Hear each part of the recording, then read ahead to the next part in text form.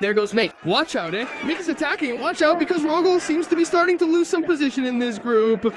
Michael has changed the pace. Pogacar has made rapid progress. There is Alejandro Valverde, Miguel Ángel, Lopez will come in. And there goes Pogacar ahead.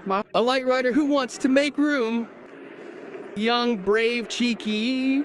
The Slovenian also pushes forward. Here is Marcel closing the group of good guys practically on the wheel of Primož Roglič. And Pogacar goes after Nairo Quintana. Rafa Michael was watching. Miguel Ángel Lopez saw that he wasn't getting a response, and the Bora rider was responding. And here's the moment when Latug overtakes a more experienced rider, right? He was coming to win the general classification, but he has been failing on key days. And now he sees a stage victory a little closer, which I insist, I still don't see as easy for this rider. Entering that small rest area that will allow him to relax his legs a little, but these are seconds of glory. It's a break. 4 minutes of suffering. It's a minimal break, which is good for recovering, but not for pushing. It's for taking it easy, because at the end, another 17% ramp comes. Look, here he comes. He eases off a little, and like Nairo Quintana. Okay. Who has room? See how the rider from the San Kim team also wants to push forward. Everyone has reached their limit in this final part of the stage. There's Nairo, who can already see Jesus Serrata, one of the riders who was still ahead. There goes Pogacar, again trying to advance on the left side. Oh no, sorry, there's my Novak. Now there's the rider from Bahrain, who I think maybe the team hasn't told him, hey, come on, give us a hand, we can also win, right? In this stage today, in this group still, of course, since he's not a man who's directly in the general classification, he has room, and looking ahead to the general classification, Nairo had his room, and that's given the situation and the wear and tear and the effort made, they had to leave it to Nairo. This rider pushed himself to the limits, I would say unsuspected, to win an Aitana. A few years ago, it seemed that Darwin already had the victory. It seemed like Puma had it made, and in the final stretch, he overtook him, pulling out all the stops, They're pulling out the stops. We don't even know where the tiring pedaling came from, He's now with that constant nodding with so much fatigue in his legs. And there we are seeing Brandvilla, who is also trying to react from behind to see if it's possible. Not yet. He can also fight for this top of victory. Pierre Roger Latour now has a 56-second advantage over Nairo Quintana, and 10 seconds more than the peloton. Nairo is pushing forward, looking for his second stage victory in this Tour of Spain, after the one he achieved in Ancalpe. But there's Hector Sai, who is also suffering at this point in the stage. And there goes Roglič now, right? Who also seems to be taking the initiative. Rafa Mika tries again, seems to make a slight change of pace. Here's the problem with these changes of pace, that then when the hard ramp comes, then the change of... it can leave you with a change of pace. Grot Gatner is looking back. It doesn't seem to make his change of pace. He's actually getting closer to the Colombian rider. He has opened up a little bit of a gap. Let's see if Grot Gatner has something right in his legs. It seems that he wants to give it to him too. And Alejandro Valverde is also pushing forward, but Roglič is holding up well on these very hard ramps. This climb here to Los Machucos. Now look, they have him there, but you can't quite make it. It's only 5 meters, but it's almost 5 seconds on these slopes. What a performance there from Grot Gatner, who is going to manage to unite this group of favorites with Nairo Quintana. There won't be much more left for the Austrian rider from the Bora team.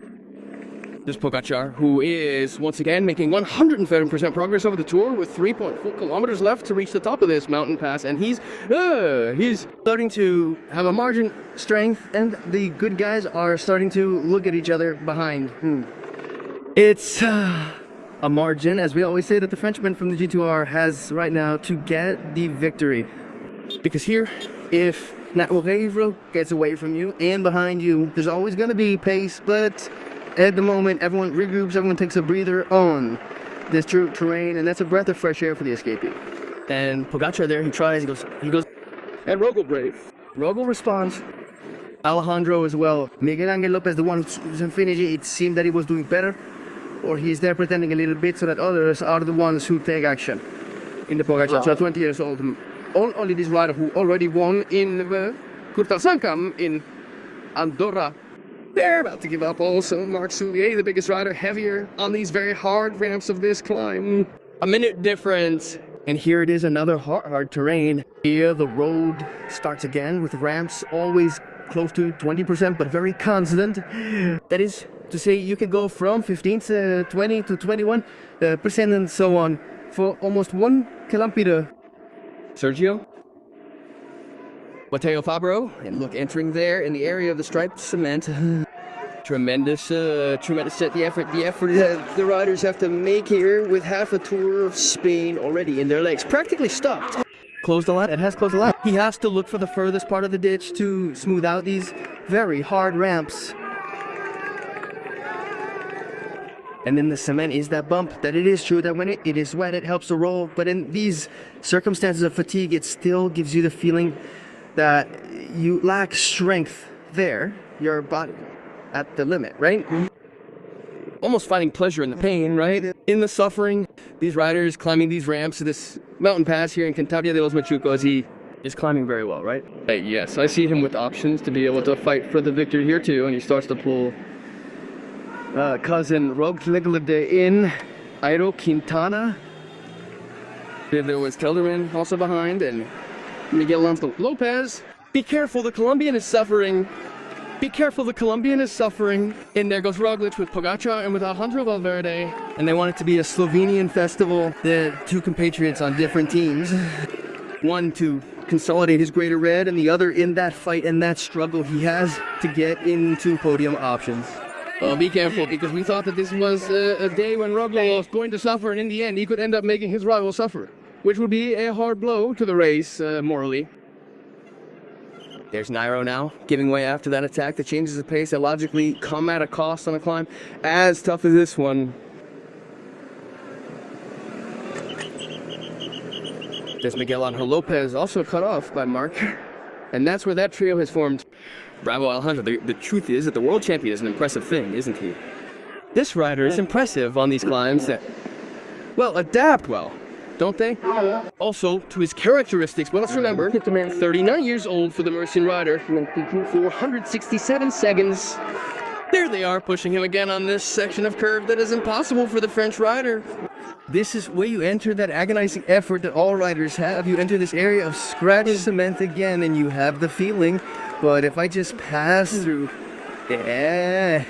Look, Pedro, they're already there. Yes, but 2 curves are what they have to reduce this rider. But as we've already said, he's tough, and he's going to push himself, into the last second. And there's Alejandro, who's giving way a little to Pogacar and Primož Roglič, to Slovenians. There they are, leading the race. Pogacar is going like a rocket, right? As long as they're compatriots, I think everyone looks out for their own interests there. They all have to open this new curve, right? Look how they're pulling on the left side of the road to smooth out those very tough ramps, always over 20%. There's a 10-second difference between the 2 Slovenians and Alejandro Valverde. And there comes Miguel Ángel Lopez behind with Rafael, Marc, and Nairo Quintana. Come on, Alejandro. We have to suffer there too, right? Pushing the suffering to the limit so as not to lose too much time to the race leader. Well, now, Alejandro, what he has to do against that crisis is holding on and waiting for one of those little breaks that there are, that a man like him who gets that strength at the moment when the level of effort is lower, right? Now here he has to endure the punishment that he is suffering from the steep slopes of the hills.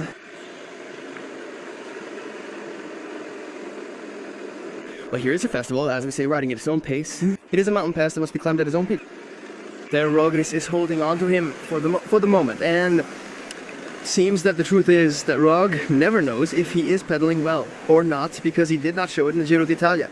I do not know if Juan Carlos asked for a pass. No, he did not ask for a pass. I am watching the spectacle from a distance, enjoying it. The only thing I would do is interrupt you just to point out that the wind is hardly playing any role on this day when, unlike 2 years ago, the weather is spectacular and it is not raining, and an advantage for everyone who won. Look, Nairo, how he has recovered now. A little bit up. Is that these mountain passes with these ramps leave you completely exhausted, and if you are forced to continue that effort, It leaves you burned out, but if you are able to lift your foot a little, possibly sometimes due to the pressure of the race that Valverde may not allow, but Nairo has been on loan for a while, and this may help him regain his feelings. AG2R. There, chasing Ruben Guerrero. Indeed, it was not Mateo Fabro, but Ruben Guerrero, the rider who is there. Be careful, eh? A major crisis for this rider, who could get away from him for a long time. Yes, this is a short break that could be good for Alejandro. Okay, let's see if I can also get some reference between Roglic's group and Alejandro Valverde's group, the world champion, who is trying to defend himself again at the head of the race. Less than 2 kilometers for him. There he goes. But they appear there, eh? They appear there. Yes, but the last kilometer. Or, okay. Oh, look, Alejandro's going, what you're saying. He saw that a little bit of air was getting into his body, and that's when the Merchant rider changed pace. Nairo Quintana was also arriving at that moment. 16 seconds now indicates only between the leaders of the race and this duo. Wow, they're going to catch him, eh? They're going to catch him. He's not going to be able to win the stage. And the mountain pass up there a little to the right, that's where it really ends. But even though you go up there, it loses a lot of its slope, and then you're even going to have a flat section. Yes. They're already there already. Primož Roglič even wants to pull it off. 2, he wants to extend his advantage. He wants to give this Tour of Spain a real blow. There he is suffering, nodding his head, lifting his bike. Alejandro Valverde, the world champion. Juan Carlos. We're seeing how Primož Roglič and Pogacar are about to catch Pierre, Roger, and Laura 2 kilometers to go. The distance between Roglič and Alejandro Valverde was exactly 20 seconds. Visually, it doesn't seem like much, but the seconds fall like a stone. There he joins the leader of the race, Pierre Roger Latour. Only 1.5 kilometers to go. And the Frenchman has a tough time, right? Let's see if he can hold on to them. But I think Pogacar still needs to change of pace to fight for the top of win. And let's remember that he's also going to get bonus seconds at the finish line. Primož Roglič. How's the Slovenian doing? There goes Nairo trying to get back on the wheel of Alejandro Valverde, Rafael Maica, who are defending themselves. They also passed that banner from the 1.5 kilometers to the end, up here on the slowest Machuco's climb, only 880 meters above sea level, but it's as if there were 3,000 with the hardness of these slopes. What a shame. Also for this French rider, Latour, who has fought throughout the stage, and we see how he tries to hold on. No, losing a lot of time. Alejandro is still trying to close the gap. The Mercian is also pushing himself to not lose too many seconds, and he will remain second overall, but it seems that Roglič is going to increase the gap, and above all, Pedro is going to deal a very hard blow to this rider, who I personally thought was his toughest rival left in the race. I totally agree with that. Miguel Ángel Lopez was the rider to watch today, and, well, fatigue, the work his team has done, or that he is not going as well as he would like, or that we all thought has made him lose, right? Or he is going to lose a golden opportunity today. But when your legs can't do it, when your body doesn't respond, there is nothing you can do. He is practically at the top now. Kilometer just for them. Yes, but the last 500 meters are flat. In other words, 500 meters of scent of this guy who is going to win it. You could already see he is going to win it within the peloton. The escapees have slept a little, and it's going to be one of the important men of this Tour of Spain. He shouts to the crowd, transmits energy that all the riders need, even in this final kilometer that remains to reach the top of this Machuco's mountain pass that they pass under the banner of the last kilometer. Let's see if we can accurately locate the difference as well. There it is for Alejandro. But anyway, what we're saying is that those meters are timed, right? The difference that the world champion is trying to close now is going to be a little more than 20 seconds. That gap is nice, respecting the cyclist without running alongside them. Let's see, the difference he has is 24 seconds. He's kept increasing, and that's despite Alejandro also getting closer to the Frenchman Pierre Roger.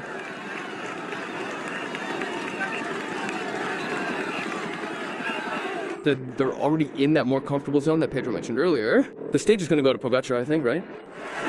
Well, I think so, because even Roger doesn't need the bonus, and it's good to have an ally. In this case, he's also a compatriot. I think that's it. Gesture. 53 seconds for Miguel Ángel Lopez in the final kilometer. That gesture by Roglič is the logical one, not to have an ally, a rival ally in key moments. They're caught by cameras from the finish line. This 20-year-old rider, Tadej and Pogacar, is going to win and has won, or is going to win the second great stage of the Tour of Spain. Let's remember that he also did it in the Curtals de Encom. Well, I was going to set the stopwatch, but there's no need. Here, it's all Patra who are going to cross the finish line.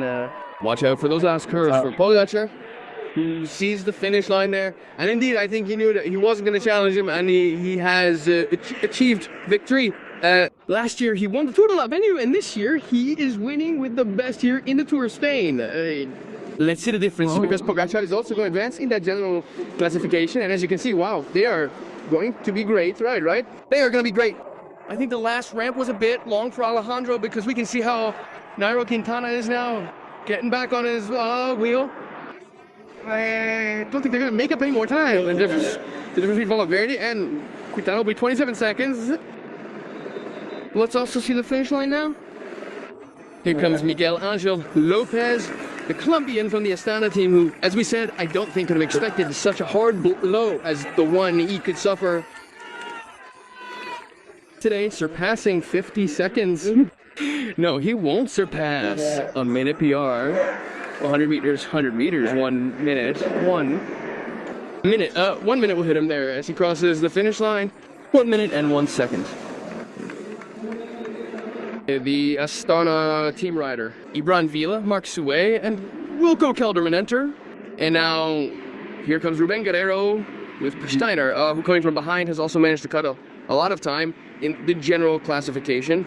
Let's remember that to those 27 seconds, we have to add the 6 seconds that he has gained in bonuses. That is 33 seconds is the time he has gained over Alejandro Valverde. Cousin Roglič will continue to be the leader, even more so after the increase in advantage over his rivals. Second will be Alejandro Valverde. 225 is the difference that he will now have in the general classification between Roglič and Valverde. And third, Pogacar. And he already gets into that podium. Let's remember that if he had 55 seconds over Lopez, he already overtook him without counting the bonus, therefore. And Quintana was 5 seconds ahead, that is. The bonus already allowed him to get into that third place. Third will be 301. Behind 225, Valverde, and 301 behind due to the bonuses is Tadej Pogacar, the rider who enters a podium position at only 20 years old. He will turn 21 on September 21 when this Tour of Spain ends. And what a generation is growing up this season. 2019, remember Ian Bernal, or this rider, Tadej Pogacar. Stage victory for him ahead of Roglič. Alejandro Valverde arrives. Alejandro Valverde's group is 27 seconds behind. And as we said, the general classification will continue to be led by Roglič with a 2 minute and 25 second advantage over Valverde and 301 seconds over this rider, who was the winner of stage, Tadej Pogacar. We'll leave it here on episode 1. We continue with all of you on Teleport to listen to the interviews with the protagonists and the podium to experience the podium of the race as well.